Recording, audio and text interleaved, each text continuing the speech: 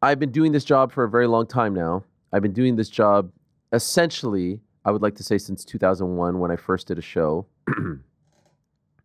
for WERW radio in Syracuse, werw.syr.edu. I hosted a show called The Main Event, and I talked about MMA, pro wrestling, and boxing on that program, combat sports show. Sound familiar? And obviously, there's been all kinds of chapters, and I've been very lucky to meet a lot of really interesting people.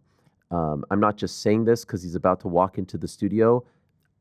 There's been a lot of interesting people. I don't think there has been someone who has been more interesting, more of a pleasure, and dare I say, greater to me. A lot of things behind the scenes, a lot of chats, a lot of advice, stuff that I'll never forget. I've talked about being backstage that one time in Montreal and getting to watch him do his thing and how kind he was.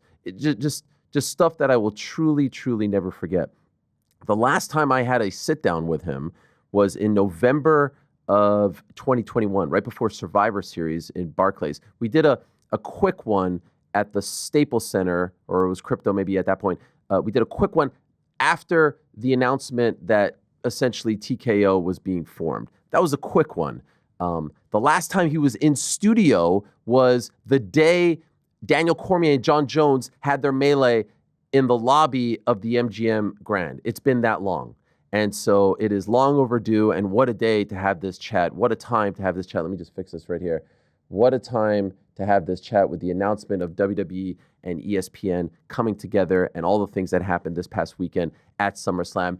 And so, ladies and gentlemen, please say hello to the one and only, the inimitable, the Oracle, Paul Heyman. Golly, here he is. What a screech. You heard it? I wanted to make sure you heard it. Oh, I heard it. How are you, sir? How are you, sir? Can we hug? Oh, my God. I didn't know we had a beef, but I guess we'll hug it out. No, but it's just so good to see you. Wow. Because, it doesn't happen often. No, nor should it. Are we wearing headsets? We don't do headsets. We don't do headsets here. Oh, I like This isn't a rinky-dink podcast. We are live, though, so I just want to make sure you're comfortable with live.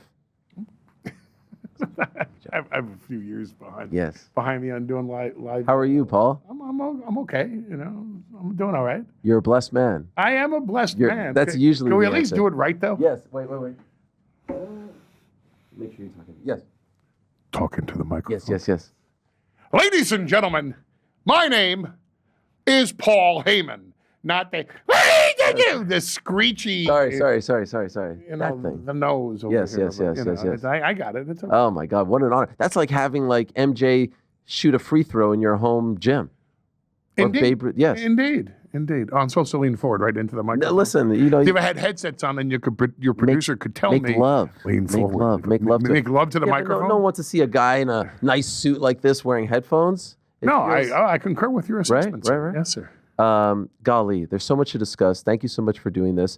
I only have like 3 minutes, right? No, I know. Then I got to go. Car wash interview. But thank you. Yes. It's been a pleasure. Did you know that you have been on this program twice before in studio? Yes. The second time, last time. It's like a deposition. No. The second time, the last time, was the day John Jones and Daniel Cormier got into their fracas in the lobby of the MGM Grand. Yes. So very memorable stuff. You were promoting your DVD that was coming out, ladies and gentlemen. Yes. The first time was almost exactly 15 years to the day, August 16th, 2010.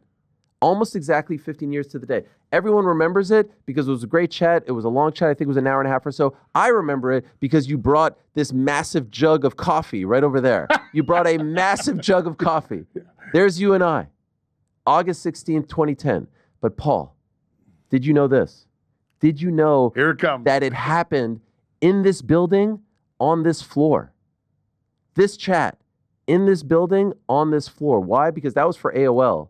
And Yahoo bought AOL a couple years ago. When I came back and did this deal with Uncrowned and Yahoo, I came here and the address sounded familiar and the floor sounded familiar. And so then I went into my emails and I typed it in and there were emails from 2010, 2009 when I started my show, The MMA Hour, where I was inviting people to come to this building on this floor, 9th floor here in New York City, this exact building. That chat 15 years ago, almost to the day, this building, this floor, because when Yahoo bought AOL, they revamped the whole floor and took it over. And did a much, I mean, it's a much nicer, yes. No knock on AOL. Yeah. But my God, Yahoo's done some job with it. It's nice, right? Yeah. Oh, yeah. Isn't that crazy? Blew me away. You were impressed? Oh, very. Thank you. Yeah. Well, you guys need to come on more often when you're around these. Invite me more. Yes, that is true. But that was a great one. That was, and you were at a different time in your life. Oh, yeah, I'd say so. Who was that guy? Oh, guy that didn't shave before he came on your broadcast, right? That was just that was a guy in the middle of a whole bunch of different shit that he's doing today. You know, Yeah. I was out too. I mean, I was out as out could be at the time. No sign of coming back, it seemed. Oh no! I mean, when Brock came back, it's funny how what's old is new again. You know, Yes. Brock came back in 2012, and you know, you want to come with me? No, I had no desire to go back. You know, and it wasn't until a couple of things happened, and then you know they made me an offer I couldn't refuse, and I went back, and I've been back since. Sure. But. Yeah, I know. At that moment in my life, I had at that moment, it was when I had talked for a while. TNA had made their approach. And I said, give me the Dana White deal where there's nothing to talk about, you know, because I wasn't going to get back in unless, you know, I had an ownership stake in it and had complete control, especially of that product at that time. And today's 15 years later, life is much different. Would you have been at peace if you never came back? Sure. You would have been okay with that? Yeah, I would have done other things. I was on a journey to do other things at the time. Like what? Looking for Larry? Marketing stuff? Well, you know, it's funny. And I don't know if they have the clip yet. I'm sure do you have like any? I got nothing. I just. Are they? They're here. What do you want me to talk to the guys? I actually unplugged it because I just wanted to be fully locked in on you. You gave them something? Yeah, you know, it's funny that you mentioned. You know, I co-founded an agency in New York City. Yes. With you know, Looking for Larry agency, and when you came to the offices, you were probably at our offices more than I was, because I think I went twice in the entire 7 years that we had it out in Long Island City, which is like the new Burbank, you know, here. And we switched out of there, and we're partnering now with MCM Studios here in New York, which is a huge studios. They do all sorts of movie post-production. It's where Hot Ones, you know, the thing with the spicy food and get sick in front of everybody and make a fool of yourself. They film Hot Ones there. It's like a really innovative, progressive place. And I deserve no credit for it. Mitchell Stewart, my production partner, put the deal together. And today was my first day that I got to see our new studios, our offices. So I brought my son, you know. Jacob, the legend. Hopefully. Yes, you know, legend in the making. It's just so, because someone's going to have to support me in my old age, because I plan on spending everything before I get there. Or in case you haven't heard, I'm really no good with money. So we went there, and it just blew me away. I actually can honestly brag. I think we have the most cutting-edge AI that is available in the marketplace today. Really? Yeah. And to be used for what? Movies, commercials, viral content. We have it. We can do it. We can produce it. We can post-produce it. We can manufacture it. We can make it happen. Just as an offering, as an agency, as a firm, as a production house, as a post-production house, we have the capability of doing AI better than anybody else out there today. Wow. And again, I deserve no credit for this. I'm literally walking in the doors today going, whoa, this is us? This is ours? Yeah. Whoa. You know, so could not believe it. How many people work for Looking for Larry now? Well, because of this partnership now, I would dare say we're now at about 30 people. Yeah, you know, That's incredible. Again, I'll put all false humility aside. It's pretty overwhelming. You know, just Mitchell Stewart and my son has started working and making suggestions about the agency, and this was the move. This This was really the move to make, and just into getting an AI, getting ahead of the curve instead of trying to catch up to everybody else, bringing a studio back to Midtown Manhattan, getting involved in the movie business, you know, and that. So what would I have done if I didn't come back in 2012? I would have concentrated on the agency, which I was doing then. Back then, you know, we were doing EA Sports. Yep. We did the EA Sports, the campaign for the EA Sports MMA game with Nick Diaz and Kung Lee and Fabrizio Verdum. Cyborg, maybe? Was she in it? No, I wanted to do a whole thing about Cyborg being the best pound for pound fighter in MMA, because no one had ever named a female as the best pound for pound fighter, and I thought that would be real innovative, different commercial, catch people's attention. We did Verdum, we did Nick, Gilbert Melendez. Right. You know, so we were rolling in that, but I probably would have within another year or two, I would have written, produced, directed my first movie. I was getting into that. I have some scripts in my desk that we're just brushing off now, and I'm rewriting that. Dip into that opportunity as well, especially now that we're on Netflix and we have so much attention on us. But what would I have done? Probably that, you know, and who knows what else I would have done. I mean, if the New York Yankees weren't smart enough to hire me after I was here in 2010 and as an oracle predicted their future, you know, I had the prophecy of where the Yankees were going long before Brian Cashman did. Clearly. And so, you know, if they weren't smart enough, if they would not have been smart enough to offer me a job, then, you know, I don't know, maybe gone to the Mets or something.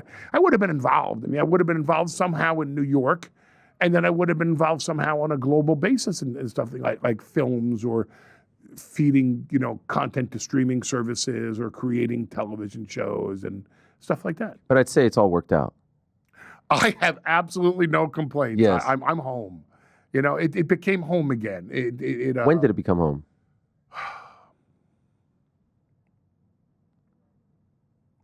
I have to say they made me feel very welcome my first day back in. Wow. You know, it was. I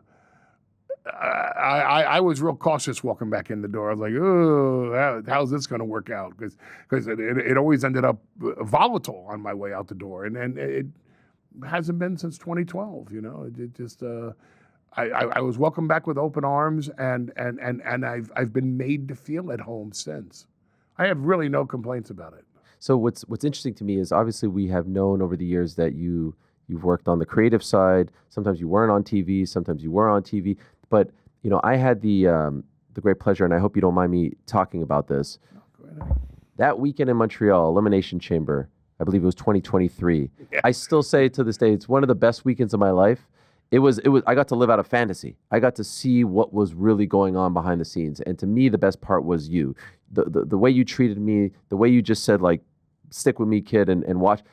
It was a dream. It was getting to watch a brilliant human being, Picasso, whatever you want to say, at work. And just to see all the things you were doing, like we see you for 20 minutes on TV or whatever, great. But to see how involved you were in so many things that I guess we would never know have anything to do with you was so fascinating to me. And so at this juncture, how involved are you with everything that doesn't really have to do with you, so to speak? Do you know what I mean? Like the on-air stuff is the on-air stuff, but I could see maybe you're not an official creative team member, but like you are doing so much back there. You're not just a talent showing up, clocking in and clocking out. I'm the old guy now.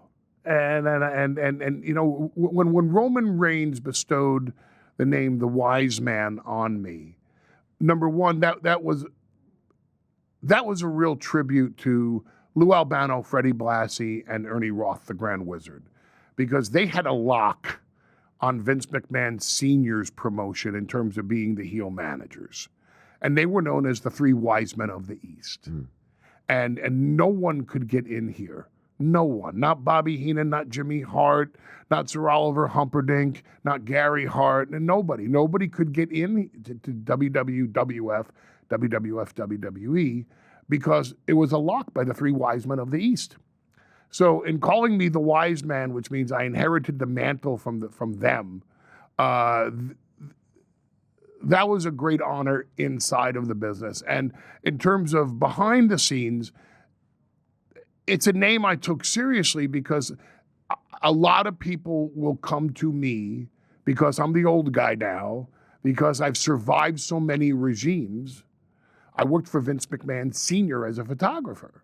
And so this is now the third or fourth generation of a regime in this company that I've worked for in one capacity or another. So how much am I involved? You know the old expression, I serve at the pleasure of the and in my case it'll be I serve at the pleasure of the chief creative officer, Paul Levesque. As much or as little as I'm needed on a particular day. There are some days I'm not needed that much. Everything is there and everything's in place and everybody has what they're going to do and they know it in their head and they don't need a lot of help. And there are other days where a lot of talents need a lot of direction or a lot of motivation or a lot of inspiration or a lot of understanding about their performance, whether it is understanding what's on a script or understanding that it's only on a script as a placeholder and it's not what you say but how you say it, because it's far less scripted now, word for word. In fact, it's not scripted word for word. The words are there, but it's all about what are we selling, what's the emotion involved. So that's what I'm there to teach the young talent. And Bron Breakker and I are on camera together because I was working so closely with him behind the scenes. Because I truly believe that's the future of our company. That's a guaranteed WrestleMania main eventer multiple times in the future. Jacob Fatu, a guaranteed WrestleMania main eventer multiple times in the future. I can say the same thing, Rhea Ripley, a guaranteed WrestleMania main eventer multiple times in the future if we find the right story and the right opponent for her in that capacity. And these are people I love working with. And I get to work with everybody else too. If anybody comes up to me, I don't turn them down. I'm happy to work with the talent. I'm happy to work with talent that sits there and you see their eyes open for the first time, realizing I don't have to say these exact words. I can put this in my own words. It's all about the emotion that I convey and the connection that I can make with the audience. Is there a group now that you consistently work with? Well, certainly Bron Breakker and Bronson Reed. Sure. There's not a lot that I need to teach Seth Rollins. We just get to collaborate far closer than we ever have in the past. There's a lot to learn from Seth Rollins as well. The entire roster. Okay, so anyone could just come up to you and say like, absolutely. Okay. Oh, there's no one there's no one that I'm going to look at and say, I'm sorry, I have no time for you. I'll make time for them. Do they take advantage of this? Of course they do. Okay, they are smart enough, the younger ones. Sure. Okay. Sure. I'm the old guy. I know, but maybe, with being the old guy and with being a young person, sometimes you don't recognize who you have at your disposal. Well, I'm still on TV in a very high position, and they sit there and go, how can I get that spot? Okay. So for nothing else, they want to talk to me to understand how to get in with us and run a program with us or a storyline with us. so that, okay, well, all of a sudden now they're working with Seth Rollins and Bron Breakker and Bronson Reed and doing promos with Paul Heyman. I did notice while watching WWE Unreal, which I want to ask you specifically back, but I saw a couple of times, like, you're in the meetings, the creative meetings. Not all of them. So how does that work? Not on the weekly basis. Okay, so how does that work? Because there were times I saw you and times I didn't see you. Yeah, long-term meetings I'm in. Okay. So when we start talking about next year's WrestleMania or the year after WrestleMania or the year after that's WrestleMania or next year's Royal Rumble or Elimination Chamber or this year's Survivor Series, when we start planning things out, I go to those meetings. Okay. I don't, I'm not exposed to the weekly grind like the other writers who deserve a ton of credit. They're exposed to that weekly grind. I'm not exposed to that. You don't want that? No. Okay. No. By the way, you mentioned next year's WrestleMania, the year after. Are we really talking 2-3 years down the line? With me you are. In these meetings, are there meetings about 2-3 years down the line? If I'm in the meetings, it's going to be a subject. I'm going to bring it up. Wow. Let's look at this, on a strictly business level. You couldn't pull me away from Roman Reigns' coattails unless you showed me the future of this industry. You couldn't. Why would I ever leave Roman Reigns? Ever. Ever. The GOAT. The most transformative performer I have ever worked with in my life, and it's not just limited to this industry. I credit the tribal chief character as not only being the most ruthless character on television, and this is during an age when Tom Hardy was still playing Alfie Solomons on Peaky Blinders, and we still had Better Call Saul, when we started the character of the tribal chief. Joe Anawai's portrayal of the tribal chief Roman Reigns was the most compelling villain on television and the most ruthless character I've seen to this day. And the fact, and we've discussed this before, that the Emmy Awards do not recognize these performances is a blight upon the Emmy Awards. They should be ashamed of themselves for ripping off their audience by not acknowledging, all puns intended, our body of work. Roman Reigns came back in August 2020, got put with Brock Lesnar's advocate. I became the special counsel to the tribal chief and later just known as the Wise Man. And it was on the back of Roman Reigns that WWE got lifted out of the pandemic era. What was the stock when Roman Reigns came back in August 20? What is it today? $170, $167, $170, $175. What was it back then in the 70s, in the 80s? The merger happened. Well, why did we merge with UFC? Why did TKO take over? Why did Netflix give WWE/TKO $5 billion rights fees? Who lifted us out of the doldrums of the pandemic? The tribal chief Roman Reigns, and behind the scenes Joe Anawai. This is not some shtick that I say on Monday Night Raw. This is legitimate analytics and metrics. You take a look at what he accomplished with the portrayal of that character and all of us around him and all of the opponents that he got to work with and make bigger stars out of. So when it came time that, okay, we need to do something new, we need to do something different, we need to position him, we need to tell another story here, because we've told the championship story, and now we've told the story of what happens when he loses the title. Now where do we go? I don't care if you had a chainsaw. You weren't going to get me away from him. Let me work with Seth Rollins, who is going to be the most personal opponent, even more so than Roman Reigns' family. The most personal opponent to the tribal chief Roman Reigns is going to be this more than a decade-long story with Seth Rollins, who he debuted with in The Shield. Now Seth Rollins has Roman Reigns as Wise Man, the same way Roman Reigns had Brock Lesnar's advocate. And we have Bron Breakker, who to me is the undisputed, uncontroverted future of WWE, a multi-time WrestleMania main eventer coming up, let alone Bronson Reed, whose game has elevated like this beyond description to where now everybody is talking about the tribal thief and his Shula Fala. And you give me a chance to work with these people, and we're against Roman Reigns? Okay, why? Well, because now I can sit here and say, what's the main event of WrestleMania in 2026?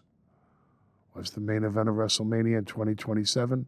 What's the main event of WrestleMania in 2028? And how do we get there? And how do we start telling those stories now? And what are the little hints that we can drop now? What are the little things that we can say now? What are the little devices that we can use now? What are the scenes that we can play out now?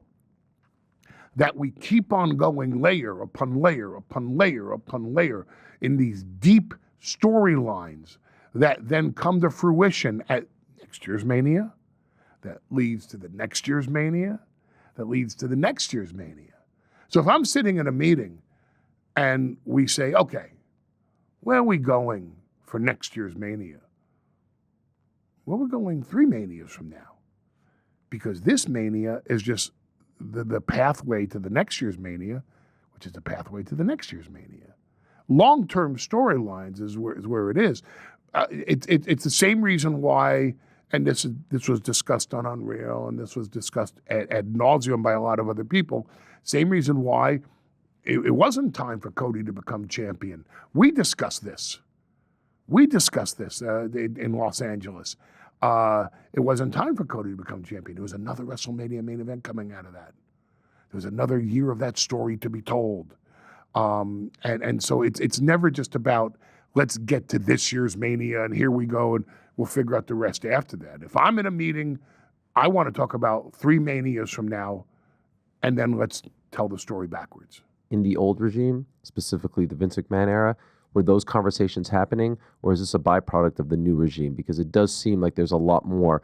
The bloodline story, like that was a movie, right? 3-4 years, and there were seeds being planted throughout the way, and that didn't feel like the old product. Is this a sign of the new times? It's a sign of the new times, but it's not. It's not only because of a regime change. It's because there are different demands now. There are different demands on our. But, well, I mean, we have a much different network license. We have a much different, as exposed today, or not exposed today, revealed today, a premium live event deal and a streaming service. It's a sign of the times. You know, it's the old expression is the only constant is change. So back then, under Vince McMahon, if we could get the conversation to what's the main event and what's the support in next year's Mania, that's a great long-term meeting. Today, we can sit here, and again, a lot of this has to do with what we did with the bloodline and the creation of the tribal chief Roman Reigns, that we can sit here and say, well, what are we doing 3 years from now? Because that's how we looked at it. We knew when we hit with the bloodline, wow, let's plan this out. Let's see how we can max this. And again, let's always get out at 11:59, not at 12:01. Now, okay, you don't want to do the old Arthur Fonzarelli jumps the shark. For those of you at home watching, I know most of you watching don't even know what I'm talking about with Arthur Fonzarelli. Google it, bitches. I'm not here to educate you. But it's so long-term planning now. It's not only a regime that is open to it or more open to it. It's also, to me, the reality of the industry today, in that you can plan out 3-5 years down the road. It wasn't that way before, and now also there's longer-term contracts. We're signing people for 3 to 5 years. Before, that wasn't always the case. It was only the top stars that were getting 5-year deals. What did you think of Unreal?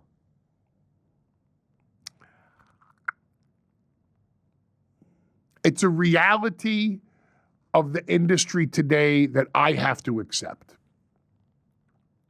What do you mean by that? I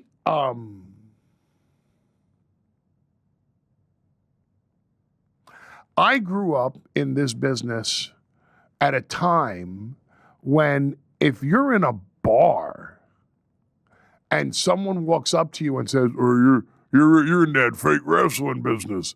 Notice the Southern accent when I say that. Yeah. No offense to all the people from the South, but if you don't swing, if you don't defend the business, and someone else sees it or finds out about it, you're catching an ass kicking and you're getting shipped out of the territory. That's the way it was back then. All these stories you hear of, legendary bar fights of guys like Haku ripping people's eyeballs out. Show me how fake this is now, brother. That's how we were taught to defend the business, and we caught the ass kickings if we didn't defend the business. So that's where I grew up. So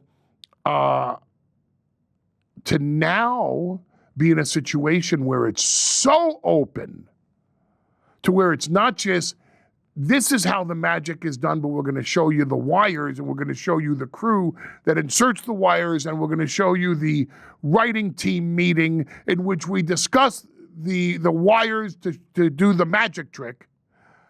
Whew, that's an adjustment for me. And it's an adjustment that I have to make and accept, because if I take the tactic of, wow, I'm not used to this. I'm not used to being so open and transparent about the inner workings and the secrecy. It's still, for so long, it was a secret society. It was a closed business. But then again, today, Sammy Gravano does a podcast. Michael Franzese does a podcast. John Alight does a podcast. All these gangsters sitting there going, yeah, so we know, we clipped Mario and Rocco came in the room and we had to clip Rocco. I liked Rocco. Yeah, I liked Rocco too. Too bad we had to kill him. Yeah, and he was my brother-in-law, you know? So, all these gangsters are revealing what it is. So it's a far more open and transparent society, or at least we think it is. And I have to accept Unreal as part of the platform by which WWE is Disneyfied and picks up a streaming deal on ESPN. The way I look at it is this. I'm always going to be like this when I see a camera behind the scenes, because I'm still not used to it. And I'm going to have to get used to it, because the train is leaving the station. And I want to be part of if not the conductor, I want to be one of the conductors or one of the top advisors to the conductors as to where that train is going. It reminds me of a lot of music artists. If you go to Bruce Springsteen or Mick Jagger or Steven Tyler, any music act that has been around for years and decades and years and decades, and is still able to sell out stadiums, and you ask them, on what platform do you think your music sounds the best? To the man or the woman, Madonna, whomever, will tell you, vinyl. Vinyl. Every musician will tell you their music sounds best on vinyl. Nobody does vinyl anymore. Nobody. So since no one does vinyl, if you sit there and go, oh, well, I don't want to do my music if it's not on vinyl, then you're not going to make any money in the music business. If I don't want to be one of these people that says this phrase, back in my day, I want this to be my day. I want next year's WrestleMania to be my day. I want tomorrow to be my day. I want 3 WrestleManias from now to be my day. That's why I latched on to Bron Breakker, because he's the future of WrestleMania. Oh, I want to be attached to his hip. Why? Because I don't want it to be back in my day when I main evented with Roman Reigns and Brock Lesnar and CM Punk. I want years from now to also be my day. Part of this being my day is accepting Unreal for what it is. It's not an expose of our business. It's letting people in to see the passion, to see the planning, to see the meticulous work that goes into, to see the debates that go into, the decisions that are made for an industry that so many people think is one-dimensional, and it's not. It's not. As many debates as there may have been, this is a dated reference again because I'm old, what do we do in the final scenes of The Sopranos? Do we kill him? Does he live? Does he get out of the mob? Does he get arrested? Do we just not tell anybody anything and just go dark like that? And I would love to see that room. I would pay to see the debate that went on for the final scene of The Sopranos, or the final scene of Seinfeld, or any of these culturally significant shows. We're now showing you the debate that goes on. Who's going to win the Rumble? Who's going to go on the main event? Is it Punk? Is it Jey Uso? Should Gunther be the champion at that time? What's at stake with Roman Reigns versus Seth Rollins versus CM Punk? Is it really a battle to see where Heyman goes? Is that character still relevant enough on the island of relevancy that he means enough for that to be what's at stake in that match? What's at stake in Charlotte's match? What's at stake in Alexa Bliss's match? What's at stake in Rhea Ripley's match, or Jade Cargill's match, or Liv Morgan's match, or Dominic Mysterio's match? who do we elevate on this WrestleMania? What is your takeaway from day one? This is my takeaway. Ooh, I don't know. I think this is my takeaway from day. I have another opinion. What if this is the takeaway? These are all the debates that happen. Seth Rollins cash in night one? Does he cash in night two? If he cashes in night two, does Brock Lesnar come back night one? Brock Lesnar comes back night two. Shouldn't Seth Rollins cash in on night one? These are the debates that happen. And now it's open for the public to see what a fascinating industry this truly is behind the scenes. I loved it. I loved everything about it. Obviously, I'm a super fan, if you will, a longtime fan. I loved it. There was one moment, the whole Punk main event, all this stuff, and everyone fixated on Punk and Triple H hugging. And they said, like, a whole generation was healed after seeing this. But what people didn't notice and what I noticed was right before he hugged Triple H, he hugged you. There's a shot of you guys in the distance of the Gorilla Room hugging and like holding on and speaking to each other. Do you know what I'm talking about? Absolutely. Could you tell me about that? What are you saying to him there? Because that one hit me in the heart.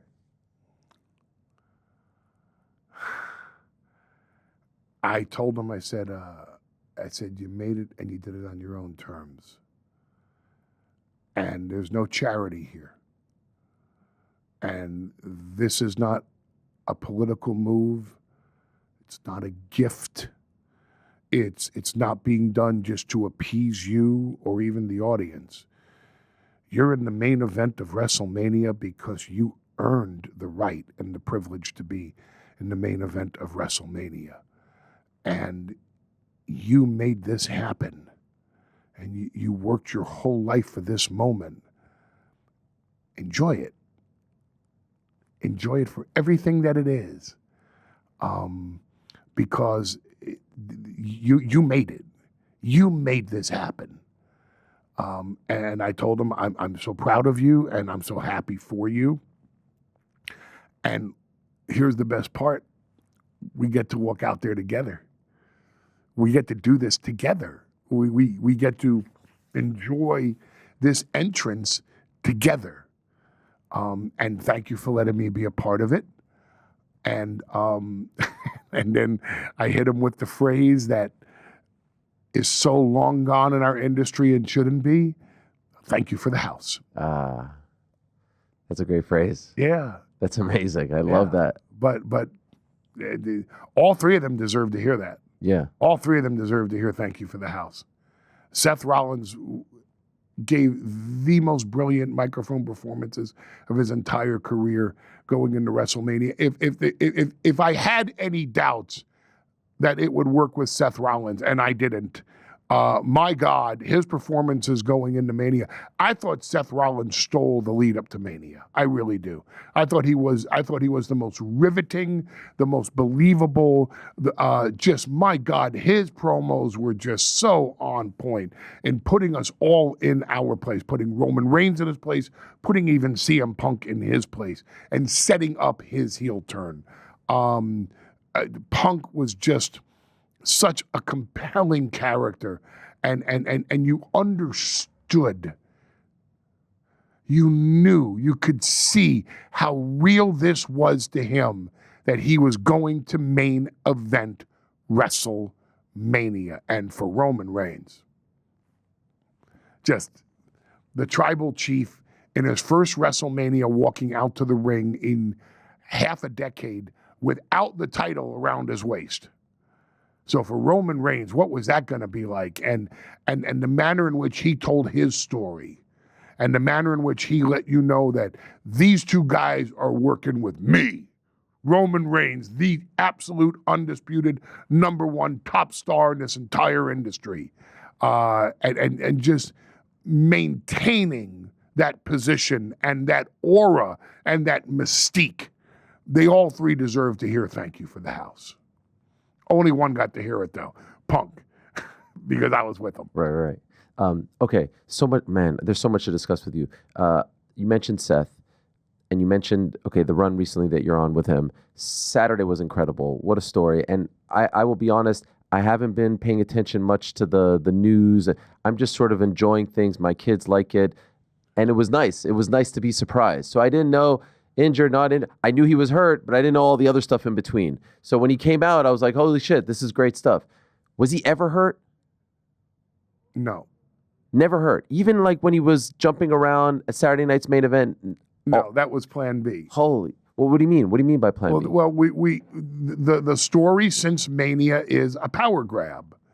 That this is, oh my God, I'm breaking. No, you're good, you're good. This is what we're calling the vision. And the vision was Seth Rollins in a position of power to lead WWE and indeed the entire industry into the future. So how do you get that power grab? The power grab is you need the title. So we needed the title. So every time Seth Rollins was getting himself in a position to where he could go for the championship, CM Punk kept interfering. Because Seth Rollins made the statement, as long as I'm here, CM Punk will never be champion.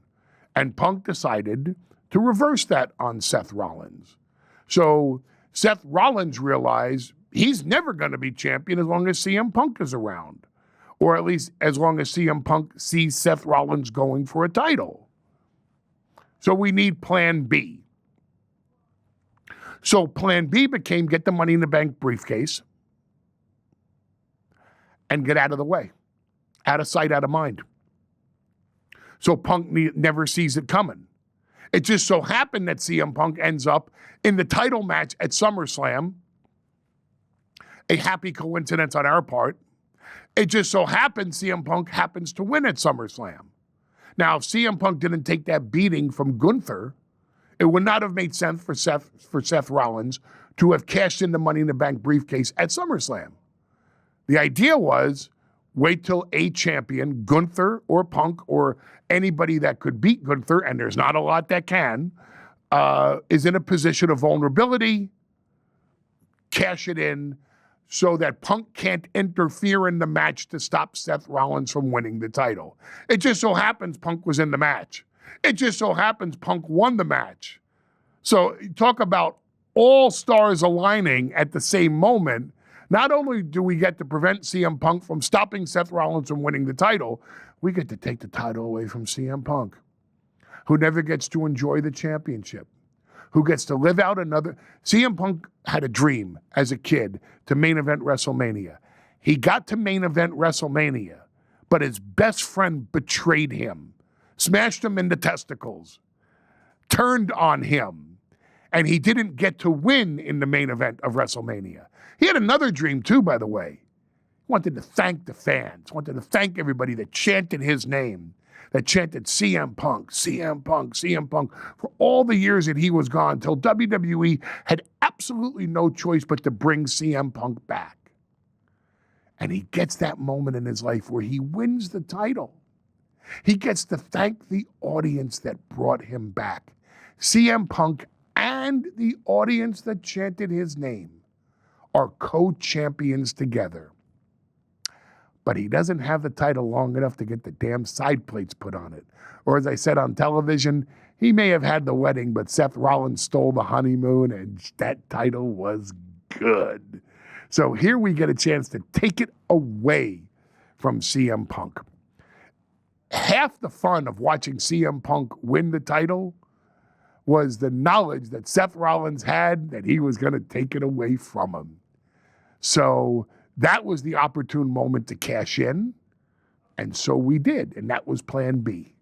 The beauty of Unreal, in my opinion, means that now we have to work a little harder to be a little bit more creative. And what I mean by that is the Becky Instagram post with him on the crutches next to their daughter, him on the Rich Eisen show talking about the injury. Now I feel like we have to be a little bit more creative, and that's why I think all this works. Do you know what I mean? Yes. It felt very, it was blurring of the lines. This is what we love. Is it real? Is it not real? This is what the fans crave for, and I feel like it was executed perfectly. I concur with your assessment. Yes. I mean, but then again, when the Junkyard Dog in was it 1980 in Mid-South did the blinding angle with Michael Hayes and the Freebirds, Junkyard Dog went all around New Orleans with patches on his eyes and sunglasses, telling hobos, literally going like, down alleys so that the word spread out from the streets all the way up to the corporate suites. Wow, the Junkyard Dog really got blinded. In ECW in 1994, when we did the Sandman blinding angle, Sandman, who was known around Philadelphia not just for being the Sandman, not just for being the Sandman on ECW television, but he had a newspaper route. He owned, like Boar's Head sells, routes, and Snapple sells routes. He had a newspaper. He owned the rights to a territory in Philly to where he was the person, drove around the van, had a crew of kids, afternoon delivery of newspapers, and that was a full-time career that he had at the time as we were coming out of the gates with the startup brand of ECW. And when we did the blinding of the Sandman, he didn't drive that van. He didn't supervise the delivery of the newspapers. He stayed home. He stayed home for over 30 days, never left his house, so no one could see that he wasn't really blind. So when he did the Hannibal Lecter reveal of pulling the mask off, of pulling the bandages off his eyes in the ECW arena and caning the crap out of Tommy Dreamer and beating Tommy Dreamer half to death with a Singapore cane because the Sandman wasn't blind, fooled everybody because they bought into it.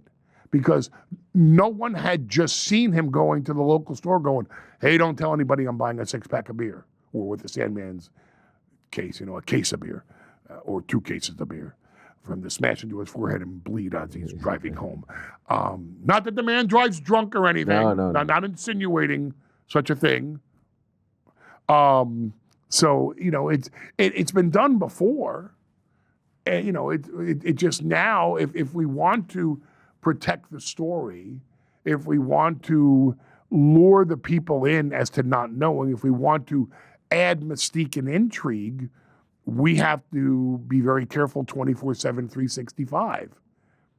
It was brilliant. And that's fine. Yeah, I liked it. Brock Lesnar, how long has that been in the works for?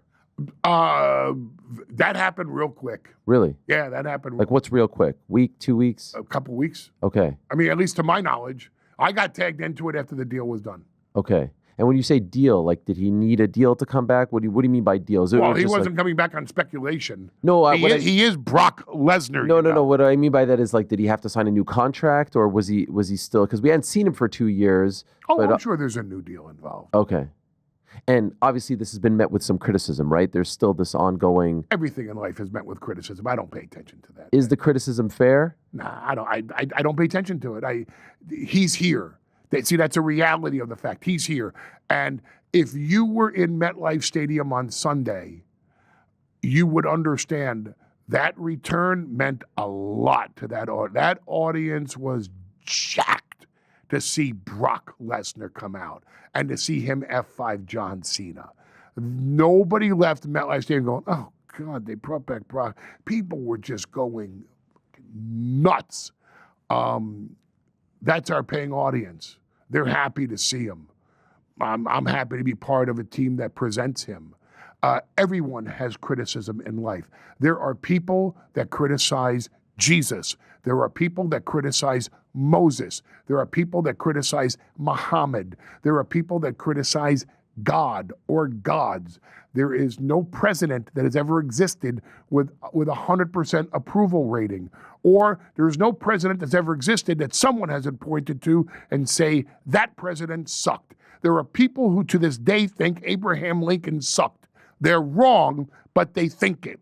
There are people who thought FDR sucked. They're wrong, but they think it. Bill Clinton doesn't have 100% approval rating. Donald Trump doesn't have 100% approval rating. Nobody does. There's always going to be critics of anything that we do. And very few people ever make it to the top in life without either making mistakes or having skeletons in their closet. Obviously, the decision was made. It's time to bring back Brock Lesnar. Whatever that decision is based on, I respect it. If they're critics of it, get over it. He's here. And he's going to be here. And you ain't going to be able to cancel him. And I'm happy to have him back because the audience is happy to have him back. If we brought him back and the audience rebelled against it, I wouldn't be happy to have him back. I'd be like, oh man, this doesn't work. But it works. So I'm happy about it. Were you expecting at some point to see him back? Or were you surprised when you got the word this is going to happen? I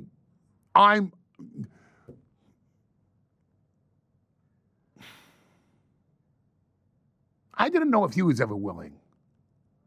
You know, because he came to a point where he was very accepting of, this is my life now. I am going to raise my daughter to be an NCAA Division I champion, and she is. I'm going to raise my sons to be the best hockey players that anybody's ever seen, and they are well on their way to being that. I'm going to be a devoted husband to my wife. I'm going to enjoy the time that I have on this planet, and he was accepting of that. Here's his future and what his future was. He was in a very good place, and that's when usually someone throws you a curveball and says, "Hey, want to completely change your life now?" Oh my God! You know, just when I thought I was out, they pulled me back in. I think I was more surprised when he actually went back in 2012. I think I was more surprised when I went back in 2012. I think I was more surprised when CM Punk came back. Because with Brock, the bridge was never burned. He never badmouthed, or he never gave an interview. Sure. But, which is just so Brock Lesnar. Right. But he never badmouthed the company. Company never badmouthed him. The situation is what the situation is, but I could never write it off. I just thought too much time will pass, and he's just going to be off doing whatever he wants to do in life. And when the door opens, he'll just sit there and say, But the timing of this, with Cena still, here and doing his retirement tour, with us being on Netflix now, with us going on to ESPN streaming, is there a more legitimate athlete on the face of the planet than the modern day Jim Thorpe, Brock Lesnar? And then you have to think of the fact that what's TKO's two major holdings? UFC and WWE. Okay. Who's ever walked those two paths at that level? There's only two people that's ever been a champion in UFC and in WWE and meant something and main evented WrestleMania. Ronda Rousey, Brock Lesnar. And I love Ronda to death, but Brock did it longer than Ronda over multiple decades. And look at what he's meant in WWE. So if there's one person that can be inducted into the UFC Hall of Fame and the WWE Hall of Fame on the very same night, and both audiences will sit there and say, he absolutely deserves it, there's only one person that walks that line, Brock Lesnar.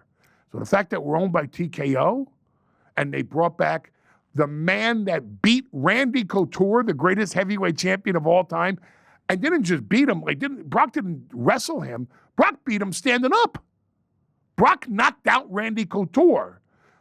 I'd say that says something about Brock Lesnar, the UFC fighter, and his accomplishments in WWE go from conquering The Undertaker's undefeated streak at WrestleMania to all of his WWE and Universal Heavyweight title runs, to the money that he drew, and to the fact that he was part of the greatest promos in the history of the business, simply standing next to his advocate, Paul Heyman. And so his presence and the attack pretty much signals an end to heel Cena, for all intents and purposes. At least that was my read on it. And so it lasted from March 1st, Elimination Chamber, until this past Sunday. I think John Cena abandoned the heel Cena character the Friday night before SummerSlam. Fair. That's 100% fair, but I think it just kind of put the nail in the coffin, because there were some people after that promo who said maybe he's trying to swerve him, all this stuff. But yes, that's 2 days prior. Here's the thing. You say abandon. So how would you assess it? How did it go? Now that it's essentially come and gone, this thing that we had talked about for so many years, what would John Cena be like as a heel? How would you assess that 5-month period? Was it a mistake to turn him? No. Did it go as you thought it would? No. No, because it opened my eyes to the fact that this is an audience that is here to see stars and performances. As much as they are rooted into the storylines, they are there to appreciate the twisted performance art known as professional wrestling in WWE. And here's how I knew that. The moment, and John Cena comes out, that place went nuts. Star pop of a magnitude few have ever experienced. Rarefied air, what we in the business used to call the Road Warrior pop. I mean, just when his music hit, Austin, Rock, Cena, Roman Reigns, that level, right? And then once he's out on the stage, John Cena sucks, right? And they're booing him and they're telling him that he sucks. And it wasn't even 50-50 anymore. Let's go Cena sucks. It was now 1/3, maybe 25%, 20%. Let's go Cena sucks. Let's go Cena sucks. Boo him out of the building as a heel. And the moment they saw the red light go off and they knew the show was over and he's standing there in the ring, they all gave him a standing ovation because it's his last time as an in-ring performer in that city, and they're all chanting, "Thank you, Cena." So the audience knew their role. And that's fascinating to watch, that the audience now understands their role in all of this. And I saw that curve coming, but not to the degree or that it happened so expeditiously. But the picture-perfect example of it is the reaction to heel Cena. Okay, we're here for this ride. All right. Oh, he's here live. That's John Cena. That's a huge star. I'm seeing him live. You suck. You mother blow. The show's over. Thank you, Cena. I keep on banging into this. Sorry. It's all good. It was just fascinating to watch. I'm glad he got to do it too, because I hate what ifs. As long as it's about the past. I love what ifs for the future. What if we do this? Yeah. What if we do that? When it stokes your imagination, but I hate, what if Muhammad Ali protected himself better in that match, in that fight with George Foreman? Would he have suffered the injury to his brains as much as he did? What if he didn't walk into that punch from Ken Norton that broke his jaw? Would that have enabled Ali to not suffer as much as he did later? And all these what ifs. What if Gordie Howe played against Wayne Gretzky? What if Michael Jordan played against Kareem Abdul-Jabbar, against LeBron James, against Wilt Chamberlain? What would Wilt Chamberlain have been like? What if Wilt Chamberlain got to play against Steph Curry today? These what ifs are frustrating as hell. What if John Cena had ever turned heel? Oh man, we'll never know. Well, now we know. Now we know what would have happened. The what ifs I like for the future. I can't stand them for the past. And that would have been a what if that we all would have asked. And I thought he delivered. I thought he took it as far as he could possibly take it. He even took it places I didn't think he was going to.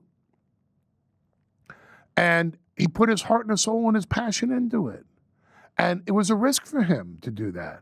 Number one, that man sells a lot of merchandise. He makes a lot of money on merchandise. Number two, hey, you never know who you're going to piss off. You never know. I did the Tony Hinchcliffe roast of WrestleMania with a panel filled. like Jeff Dye and these other people whose names escape me at the moment. No disrespect towards them. But I did a panel. There was a panel of professional roasters. And I went out there for a roast, which is supposed to be profane and shocking and mean and ugly and nasty and personal. And I almost got in a fist fight with Fluffy, who legitimately wanted to fight me over what I was saying about him on stage. And I know I pissed off Freddie Prinze Jr. because I used a line about him and his father just to let the panel know I'm here to outdo all of you. So you never know who you're going to piss off. Never. I mean, the fact that I was on stage and that a professional roaster was up there and took offense to the roast that I'm delivering was shocking to me. So John Cena has much bigger deals in Hollywood than I do, at least for the moment. And you don't know what studio head you're going to piss off. John Cena did one line. He said, he said, I've been the one to raise your kids because you parents have done such a lousy job of doing it. And you don't know, like some studio head may have a kid at home wearing a John Cena t-shirt now with an X through it that says, you're a lousy parent because John Cena had to raise me because he said you suck as a parent. And that studio head goes, I never want to see John Cena on my studio lot again. It happens that fast. Mm-hmm. You never know who you're going to piss off. And he took a risk in doing it. He makes a lot of money in sponsorships, streaming deals. He could have pissed off anybody, and he took that risk because he was cutting into his own audience when he was doing the bit. What about the Rock component and the Travis Scott component? It didn't seem like there was a payoff to all of that. There was. It fell apart, and we moved forward without it. What fell apart? The whole deal with Travis Scott. Is it true that he's pissed people off and he's done? Is that true? I don't know if he's done. Any meeting that I was in that involved Travis Scott, I got along with him fine. Have I heard things? I have. Do I know the accuracy of it? Haven't heard Travis's version of it. Like his music, like his taste in women that he has children with. Wish I was dating one of those sisters. I'm not. He was married to one. He's doing better in his personal life than I am. What about The Rock? What about The Rock? Like he didn't show up at WrestleMania. Well, he was never advertised or booked for WrestleMania. No, I know, but it seemed like there was going to be some sort. He's there. The throat, the three of them. I don't know. I don't know what happened with Dwayne. That's something you should have Dwayne come into these beautiful Yahoo studios. Would be great. And answer for himself. I really don't know. Okay. Or have Brian Gewirtz come in, and I'm sure he can tell you their side of the story. I really don't know. I mean, especially at WrestleMania, I had enough on my plate. Sure. I wasn't really that concerned with what was going to happen with John Cena and Cody Rhodes' storyline. I was more concerned with the fact that we got a lot to pull off here with the Tribal Chief Roman Reigns and Seth Rollins and CM Punk, and where we're going to go with Seth Rollins and how we're going to do this and how we're going to get to next year's Mania and this year's SummerSlam and the trajectory that we had. There was a lot on my plate, and also other people that I was working with.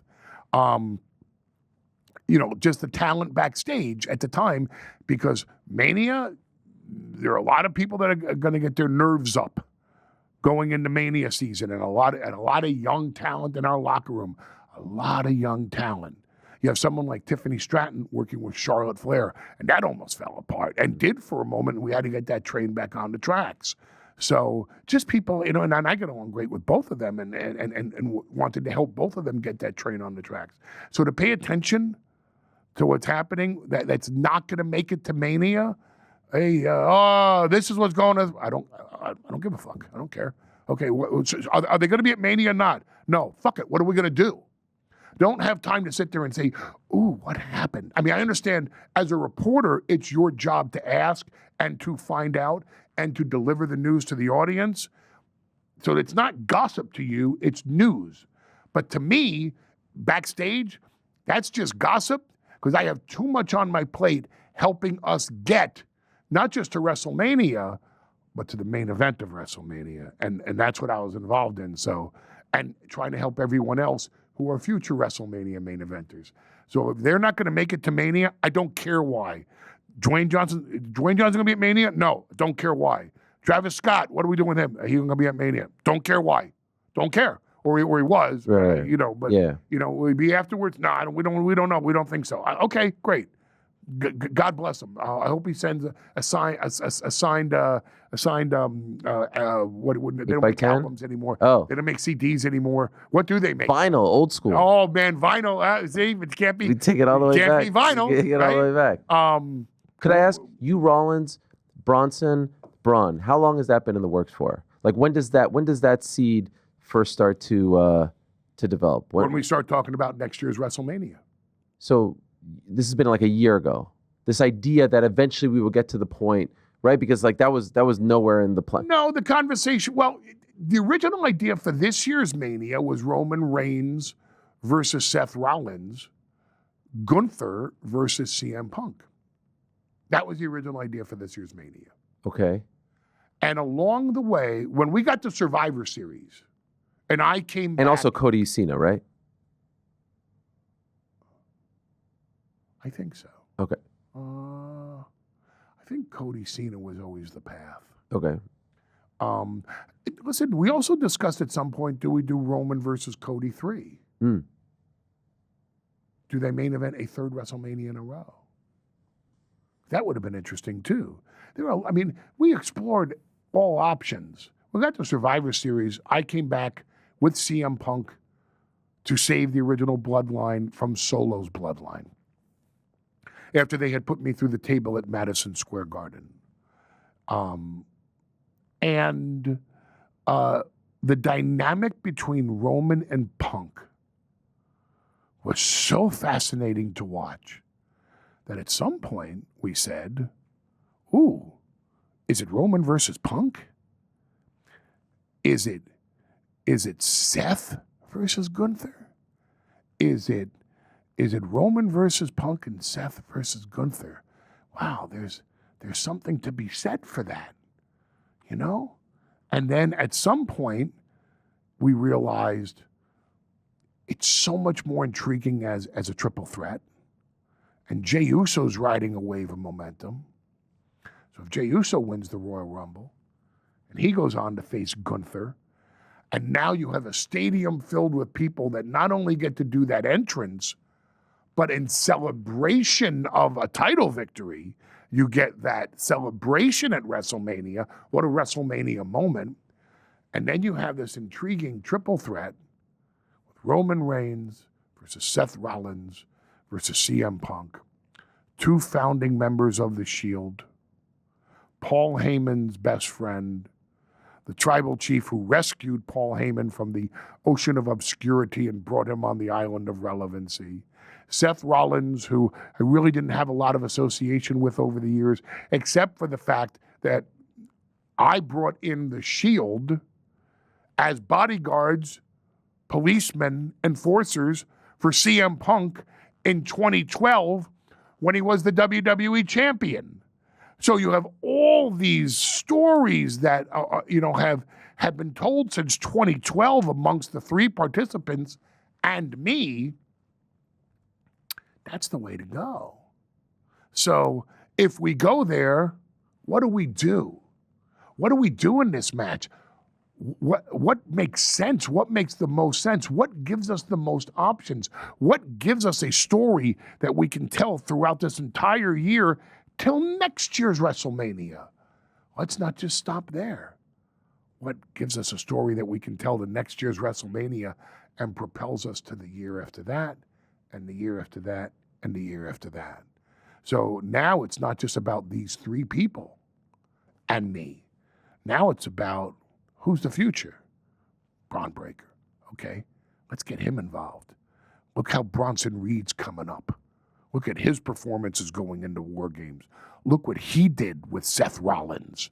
Bronson Reed's coming up. Bronson Reed can really add to this, all right?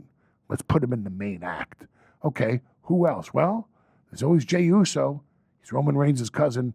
People love the OG bloodline. There's Jimmy. Big Jim's coming along. People getting behind Big Jim on his own now, has his own distinct, unique personality, not just half of the Usos. And what about the rise of Jacob Fatu? My God. Talk about someone that caught the attention and the love and the passion of the WWE audience. Jacob Fatu became a major star since his debut last year. So we can get him involved, and we can get this person involved, and we can get all these different people involved along the way. Where does it start? Mania. Who's involved? Roman Reigns, Seth Rollins, CM Punk, Paul Heyman. What do we do? This is what we do. Okay, now that we've done it, what are our next storyline beats? What's the next layer? Who's the next participant in this? Who now joins the story? What's their connection to it?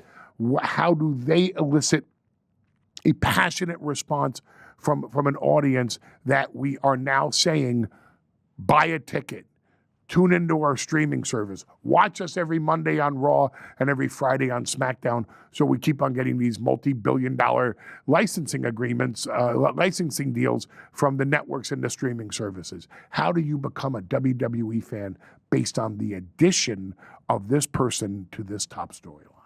Man, you still have some time? There's so much. No, but I'll make it. Okay. Oh my God, what time is it? How long have we been doing this? Like an hour and change. Yeah, okay. But this has been incredible. Okay, I'll go through. I just put want it this way: who's going to pull us off? No one. This is live. It's a shoot, brother. What do you make of what's going on with Karrion Kross? In what way? Something's happening. You see the crowd. They're chanting for him at the post show and all this stuff. He didn't get the W. Is there a thing here? Or is it just like the internet trying to make something into a thing? Well, they've made it a thing. Okay. And it's not just the internet. It's the internet. It's the live crowd. It's the people that buy merchandise. He's a tremendous performer, and what an act he has with Scarlett. I mean, they are great together. Should he be getting more opportunities? Should he be? How do you know? Well, let me ask you this: if he were getting great opportunities, if he were the Intercontinental Champion or the U.S. Champion right now, would he have this level of support from the crowd? No, they love to get behind, Kofi, Daniel Bryan. They love to get behind someone, the underdog, so to speak. So it's working. Yeah, it's working. Yeah, it's working. All right. Yeah. It's organic. And by the way, I'm not hating on it. It's fun. I like him. I'm rooting for him. It's just fun to see these things sort of The audience is calling for him to be a bigger star. And if we don't deliver it on a timetable that an impatient audience, an impassioned audience is going to like, they're going to get behind him even more, which is great. They're making him a star. We're not shoving him and Scarlett down anybody's throats.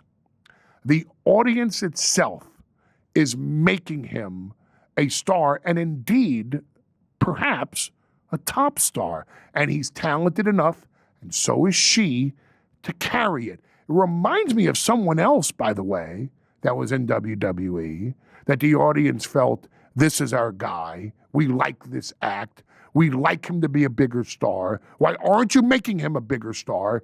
Damn it, make him a bigger star. We're going to chant his name. We're going to bring his signs. We're going to buy his T-shirts. We're going to demand that you make him a bigger star.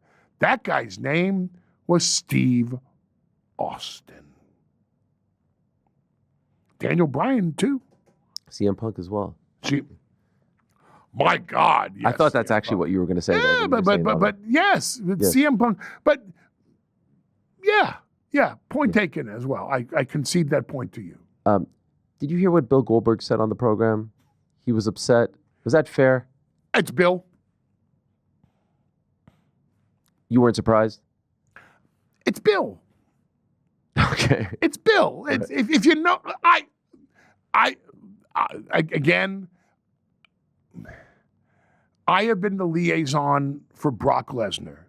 I've been the liaison for Roman Reigns. I've been half of a liaison, not lately, but I mean, especially back when we were together on camera, half a liaison for CM Punk. He had no problem handling, he didn't require as much of a buffer as some of these other people like to have. I've been a liaison for Ronda Rousey. I've been a liaison for Goldberg. These are personalities that have very, very, very strong opinions and very, very high expectations. And Bill Goldberg had very, very high expectations in WWE. And in Bill Goldberg's mind, they weren't met. I am not going to sit here and tell you, well, Bill Goldberg was wrong. I'm not going to tell you WWE was wrong. I tell you, this is how Bill Goldberg felt. And he's not shy in letting people know how he feels. I'm not surprised. It's Bill. This is how he feels. And he's going to let you know about it. I know your path didn't necessarily cross throughout your career with Hulk Hogan, but did you have any kind of relationship with him? Like, I know, like when he came back, like post 2000, you were there, right? But for the most part, you were kind of on different teams, right? Did you have any sort of my interaction on camera with Hulk Hogan is limited to the fact that he worked with Brock Lesnar right before Brock Lesnar beat The Rock for the title at the Nassau Coliseum in SummerSlam 2002.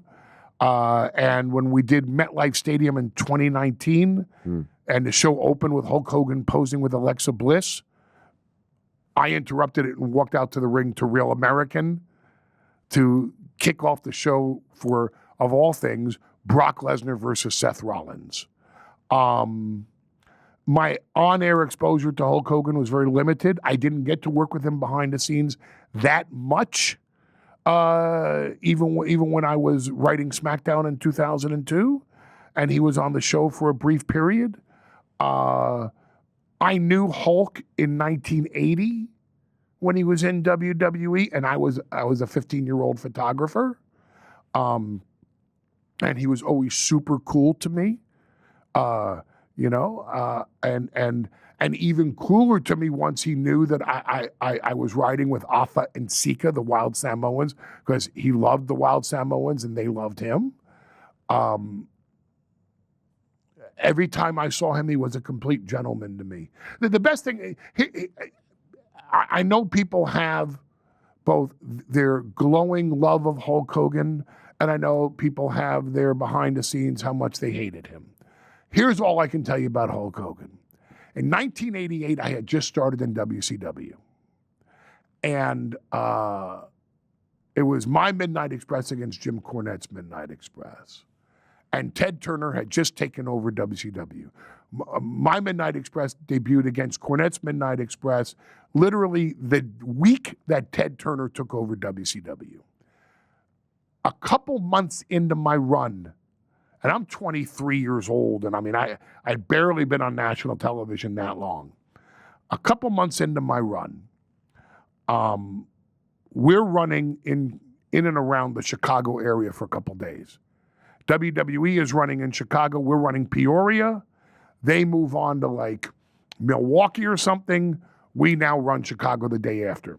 I pull up when we all used to stay at the same hotel, the Radisson Suites Hotel, which is gone now, which is on Manheim Road in Chicago, 5 minutes from the airport. I pull up, a limousine pulls up behind me. I get out of the car, Hulk Hogan gets out of the limousine. Brother, how you doing, brother? Hey, man, since you've been a photographer, hey, you broke in, you're doing it right, you're doing it great. Talk to me for a minute, brother. So we get into his limo, and the first thing he says is, he goes, how long's your contract for? I'm a big fan of your work. Wow. And I'm sitting there, and this is 1988 Hulk Hogan. Yeah. This is Hulkamania when it's Hulkamania, okay? This is the absolute biggest star in the entire business and a mainstream celebrity. And he's a fan of mine? I'm not even getting a chance to say, thank you for the house. Thank you for paving the road. My God, what you've done for this business, we will all benefit for generations to come. I'm not even getting these words out of my mouth. All he's doing is, brother, I'm only as good as the opponents they bring me. I always need opponents, and you can talk for my opponents. And there's only so many times I can bounce around Bobby Heenan, only so many times I can throw Jimmy Hart over the top rope. We got to get you in here. And I'm like, thank you. It's humbling because I don't even get a chance, and as soon as he's done saying this, all right, brother, see you on the check-in line, and gets out of the limo. He didn't even wait for me to say anything to him. Never fished for a compliment, never waited for me to go, thank you, sir, and by the way. He finished his spiel and got out. And from what I understand with other people, he was gracious with them like that too. So my experiences with him were all pretty positive. Then again, I was never in backstage politics opposed to him. Right. And I don't know what that was like, so I can't speak to it. But I can tell you, as far as my personal interactions with him, he was always a gentleman with me. We round third here. Big news this morning. ESPN. I can just see, by the way, what? Everyone in WWE who's watching this right now is sitting there for the past hour going, will you please get to the ESPN? So, you know what? What are you doing? No. My God. Like that was Heyman never do the Helwani show. No, please don't say that, because that has been said. Please don't say that. That's the natural starting point, yeah. So I like to keep people on their toes. But we've been talking about it all day on the program. Big news, ESPN, WWE. Who would have thought? When I'm at ESPN 5 years ago, 4 years ago, I'm begging them to send us to a PLE. Now, fast forward, they're in business. Exclusive deal here in the United States, 5-year deal, $325 or so a pop. It's an unbelievable thing. I think everyone thought, of course they're going to go to Netflix, right? I think everyone thought that. They don't go. They go to ESPN. What was your reaction when you heard this? Not surprised at all. The leader in sports entertainment, as the advertising will tell you, and the worldwide leader in sports coverage. The only constant is change. We go back full circle in this conversation. Well, for me, I tell you a personal anecdote. My first national TV exposure was on ESPN when I was 21 years old, because back in those days, Vern Gagne's AWA ran an afternoon strip Monday to Friday on ESPN. So my first national exposure was on ESPN back in 1987 when I was 21 years old with the AWA. So now here I believe that's the last time ESPN aired pro wrestling in any way, shape, or form, right? Absolutely. Unbelievable. Absolutely. The definition of what we do has evolved. Again, take a look at Unreal.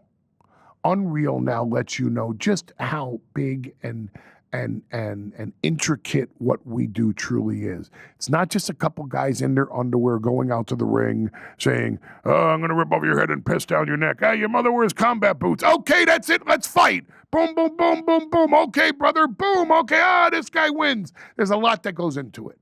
A lot. We're mainstream entertainment. So if you look at the evolving definition of what we do, you have to give us the category of sport. You have to. Is it predetermined? Absolutely. Is it entertainment? Absolutely. Is Conor McGregor entertainment? Absolutely. Conor McGregor was the most entertaining UFC fighter. That's why he drew their biggest gates. Was Mike Tyson versus Jake Paul a fight? I believe it was. Was it entertaining? Sure was. Was the build-up to it entertainment? Sure was. Was it the biggest live boxing match of all time streaming on Netflix? Sure was. Was Floyd Mayweather entertaining? Sure was. I was a big Floyd Mayweather fan from the get-go, but when they did that 24/7 series on HBO, everyone became a fan of Floyd Mayweather or a fan of the villain Floyd Mayweather, especially against Oscar De La Hoya, let alone against all his other opponents. When you saw the internal family drama of Roger Mayweather, the uncle, training Floyd, because Floyd no longer wanted his own father, who was a hell of a trainer, to train him anymore. And the father came by the gym and is yelling at Floyd and at Roger, and he throws his father out of the gym, and he goes, I don't need your shit anymore, I don't have, fuck you, and blah, blah, blah, blah, blah, blah, blah, and he ends the show with, and I ain't no junior. wow. Yeah. Wow. And that resonated in my head because Vince McMahon never liked to be called Junior. When we brought Rey Mysterio into WWE, didn't want to be Vince didn't want to be Rey Mysterio Jr. He just wanted to be Rey Mysterio. So I realized, man, you know what? There are people that really do feel this way. I knew it. And I was like, wow, I was riveted by the Floyd Mayweather story. Was it entertainment? Well, come on. Of course it was, until the ding, ding, ding. There are great athletes out there, world-class athletes that have Super Bowl rings, World Series titles, or have won heavyweight championships in UFC or in a boxing ring that come down, step into the PC, try to hit the ropes, take a flat back bump, see what that ring is like, and want no part of it. Number one, the cardio is a completely different concept than it is in any other sport. Number two, it is a completely different science than anything else. But if you're not an athlete, if you don't have athletic ability, if you don't have sport, if you don't have some sort of sport in you, you can't do this. I can't do it in the ring. And I know this business, I dare say, as if you put a list together of the 5 people on the face of this planet in history that have understood this industry, I dare say with all humility aside, I'm on anybody's list. And I can't do it. I can't do a moonsault. I can't do what Logan Paul did at SummerSlam. My God, that kid's an athlete. This is sport. It's predetermined sport, but it's sport. If ESPN were to ignore that, shame on ESPN. And the chairman of ESPN, Jimmy Pitaro, is an exceptionally bright man, and I know that he is because I know of his education because he went to the same high school as me. Wow. I went to Jimmy Pitaro is an Edgemont High School grad. Wow. Which makes him smart. That's why when I raised my kids, I wanted my kids to go to Edgemont High School because it's been consistently ranked amongst the top in the country. Incredible. So he's a smart man that made a smart deal with other smart people like Nick Khan and Ari Emanuel and Paul Levesque to bring a guaranteed product. There's proof of concept in our product. And he's bringing it to the viewers of ESPN because much like those who chant for Karrion Kross, the viewers of ESPN or ESPN Plus demanded this. They wanted this. They're willing to pay for it. And who is he to tell the audience that they're wrong? They're not. You underpromise and you overdeliver. And he's giving them what they want and what they're willing to pay for, which will only make ESPN more money and make it more impressive for Disney, and the Disney stock goes up, and the TKO stock goes up, and hopefully Paul Heyman's paycheck goes up as well. What a time. And now we wait to see where the UFC goes. But they have taken over combat sports. Oh, who would have thought? Dana White thought it. Yeah. And he was right. And meanwhile, here we are an hour and a half later, and we never got to look at the clip from Looking for Larry. Oh, where is it, guys? Do we have it? Do we have it? Let me see here. Do we have it? There it is. Oh, this now. Before, wait. Help, Don't pause, play. pause. Frank, my God, man. You're ruining My it, God, Frank. man. You're ruining it. Okay. So I walk in today. Okay. And I have been you know Mitchell Stewart. Of course. What a creative, amazing, humble. Please send him my best. Oh, well, he's watching. Okay. I'm sure he's watching. I'm sure right now, my son, who's in the control room learning, Amazing. is sitting there getting phone call from Mitchell going, why didn't he hear the clip? Okay. Why didn't he hear the clip? But before, so Mitchell put this deal together Looking for Larry with the MCM Studios. And I have been on Mitchell's ass since AI really started to come out of the gates, saying, if we don't get in on this thing AI, if we don't get in on artificial intelligence, we might as well just say, Looking for Larry was a great run. It's time to close up shop. AI is the future of everything, in this world. And when Elon Musk colonizes Mars, of that world too. And he said, I got it. I know the move. I know the move. I know the move. I know the move. And I trust him because he's amongst the most trustworthy individuals in the entire world, which is why it's surprising he has a partner like me. I'm the gangster of the two of us. So finally today I went to the studio. And of course, the first thing I ask is, show me the AI. Because bad AI is horrible. Right. And I'm like, if this AI is not like, to me, you know the things online where the little kid, they have little kids doing our promos and our scenes. I'm blown away by that. That's like that just blows. I didn't know that was AI. Oh, of course. I thought it was real. That's how good it is. The kid with a beard? Yeah, I mean. So they have a little kid doing this interview and a little kid. I want to see that, by the way. I want to see that online in the next week. That something from this right interview, and it's Helwani, with the beard and the big So I walked in. I was real skeptical. I was like, if this is not absolute 8K, out of the box, progressive, innovative, cutting edge, better than anybody else AI. That's not. It ain't gonna work. And he just had that sly Mitchell Stewart smile on his face and goes, looking for Larry is going to be bigger than ever. And this is what he showed me. What you're watching has not one human being, has not one actual camera in use. This is all AI. Wow. This is artificial intelligence at its most innovative. This is for a client, which is a tequila company. Wow. Look at the details on the fingers, on the fingernails, on the eyes, on the fruit, on the knife, on the background, on the hat, on the shirt. This is AI. That's not a real person. That's not a real fire. This is all AI. Smoke, fire, earth, spirit. That's insane. Because there was an MMA promotion that came out and did all their videos in AI, and it was exactly as you were saying, horrendous. This is the complete opposite. I don't want to say their name. I don't want to. So this is for a client of ours, which is C Senor Tequila. Okay. Wow. And that is absurd. And look at this. What? All AI. That is scary. How good it is. Yeah.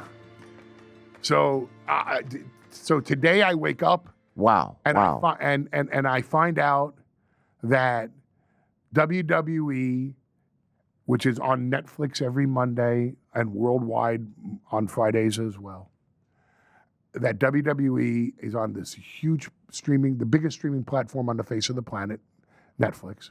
And now our premium live events are going to be carried by the worldwide leader in sports coverage, ESPN. And I find out that my side gig, my side hustle, all pun intended, which is the Looking for Larry agency, has now partnered with a firm that we can deliver AI to that degree.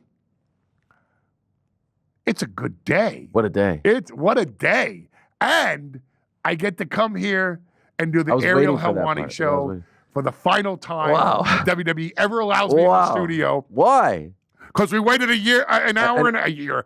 I bet you it feels like a year to them watching at Stanford. Because we waited an hour and a half to talk about ESPN. It was a big deal. We talked about it at the top of the show, but we got into the coffee and the you back here 15 years. There was so much to catch up on. It was. It was so much We fun. never got to the Epstein list either. Oh my gosh. Can I end on this? On the Epstein list? No. You may not. Can I end on this? There's so much to be excited about. There's so much to be proud of. I'm talking about from your perspective. There's so much to discuss, and there's so much more that we could discuss. So much has happened. But what I love most about you and respect most about you is that every time I would call you on a personal note, I would say, how are you? As we said at the top, I'm a blessed man. And you would say, why? My kids are healthy. My kids are healthy, yeah. And very recently, I got to meet your kids again for the first time in a very long time. A very proud moment in my life was being invited to your daughter's bat mitzvah. It was just Punk and I, from the world of wrestling, even though I'm not really from that world. And your son was there, Jacob, Azalea and Jacob. And then I got to reconnect with them very recently. And as I told you privately, but I would like to say publicly, that is your greatest legacy. You're going to be known for a lot of things. I was blown away by your kids. In their early 20s, I was blown away by how they conducted themselves, by how mature they were, how they talked to people, how they talked to me, how they talked to my kids who were there as well. The things your son was saying was very much like you, cut from the same cloth.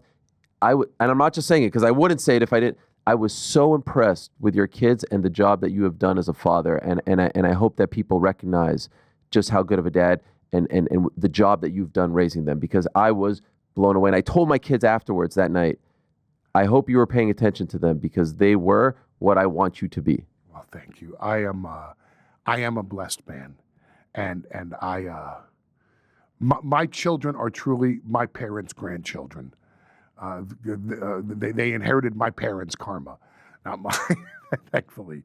I strive every day to be worthy of being Azalea and Jacob's father. That's my goal. And they are my legacy. Everything else I do in life is just to avoid having a real job. I just never wanted to have when I was a kid, I was a photographer. And then I worked at Studio 54.